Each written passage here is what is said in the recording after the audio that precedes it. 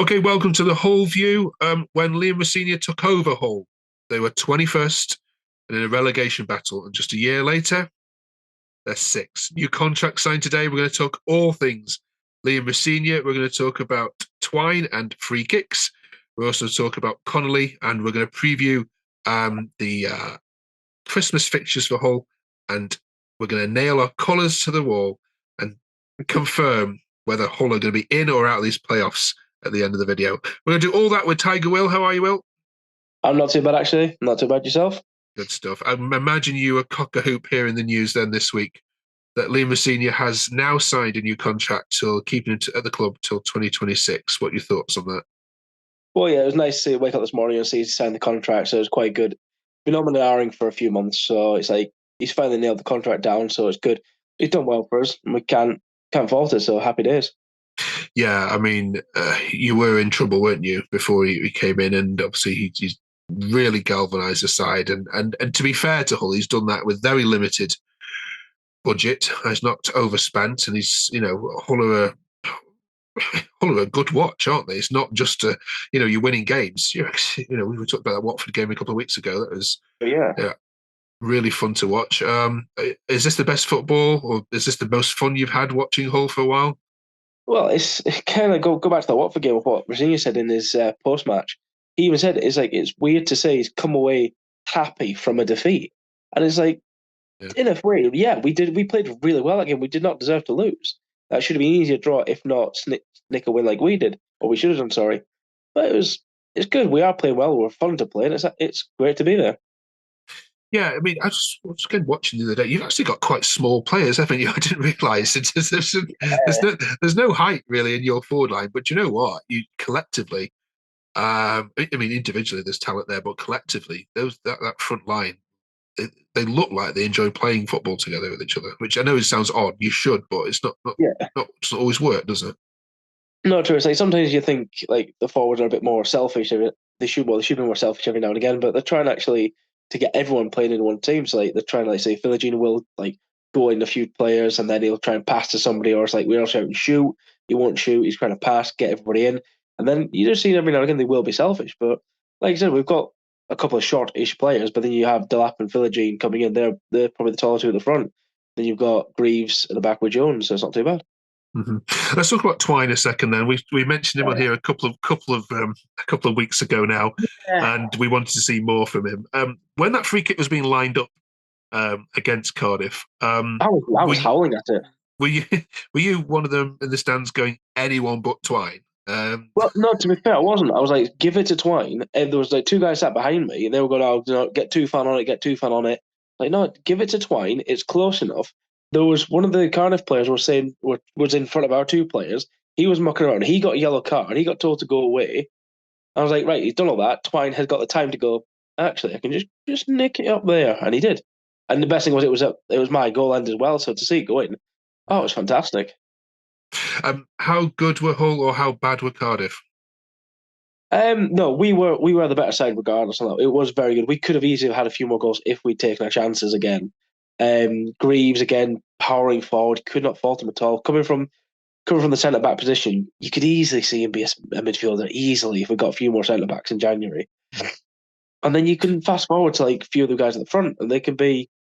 You could have had at least one or two off any of them that push forward. So we can't. We've got the goals in us.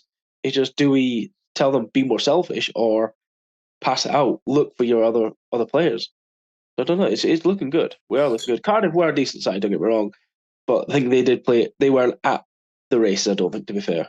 Okay, we'll preview the Bristol City game in a second with our Bristol City fan. Let's have a quick look though at your fixtures for the Christmas period, and let's see how many you predict you're going to get. I I can't see a reason why you can't get all 12 here.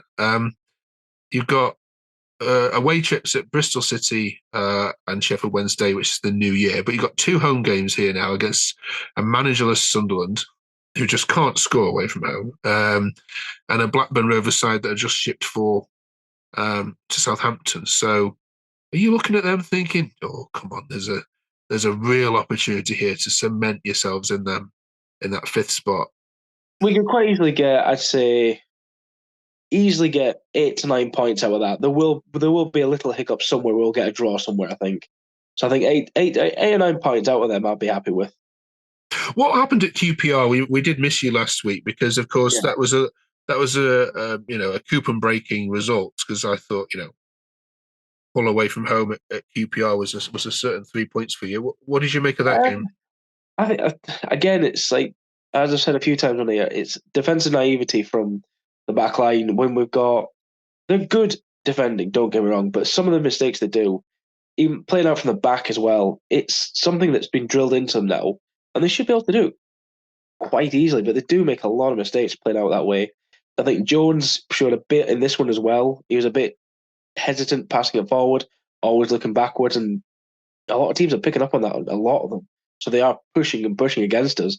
And he will. I think he's the one that will make the mistakes. Unfortunately, Alfie Jones. He's a good player. I'm not doubting him at all. He's a fantastic player. It's just he is going to be, I think, the one that will kind of.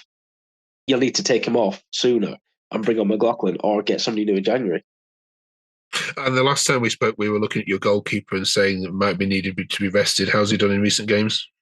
Well, obviously we had that one. Obviously against QPR, shipped 2 goals there, like oh dear. And then Middlesbrough game, he had that triple save at the end.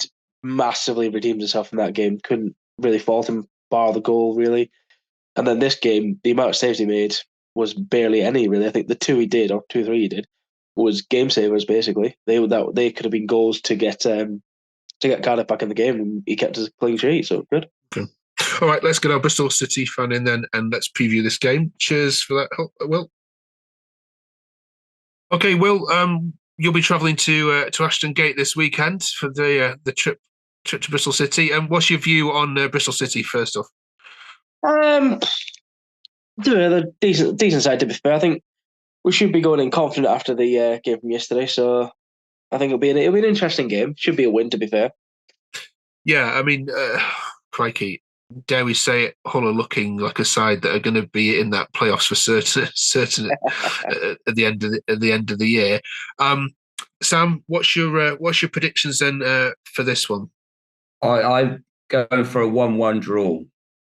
Okay. And Will? I'm going to go a bit more confident. I'm going to go say a 2-1 win to us. Okay, great. Right. Okay. Happy memories of playing Hull, Sam. I mean, you've been in the division quite a long time. No, I've got such bad memories of playing against Hull. Mainly the playoff final, but we won't speak about that. What final was that again? Yes, old rivalries. And Will, you obviously have happier memories of playing Bristol City, I'd imagine. Just a little bit, yeah, just a little bit. And I think is it Dean Windass, was it? I think. As if you'd forgotten. Yeah. Right, cheers, fellas. We will enjoy the game, and we will see you both next week. Thank you very much. Yeah.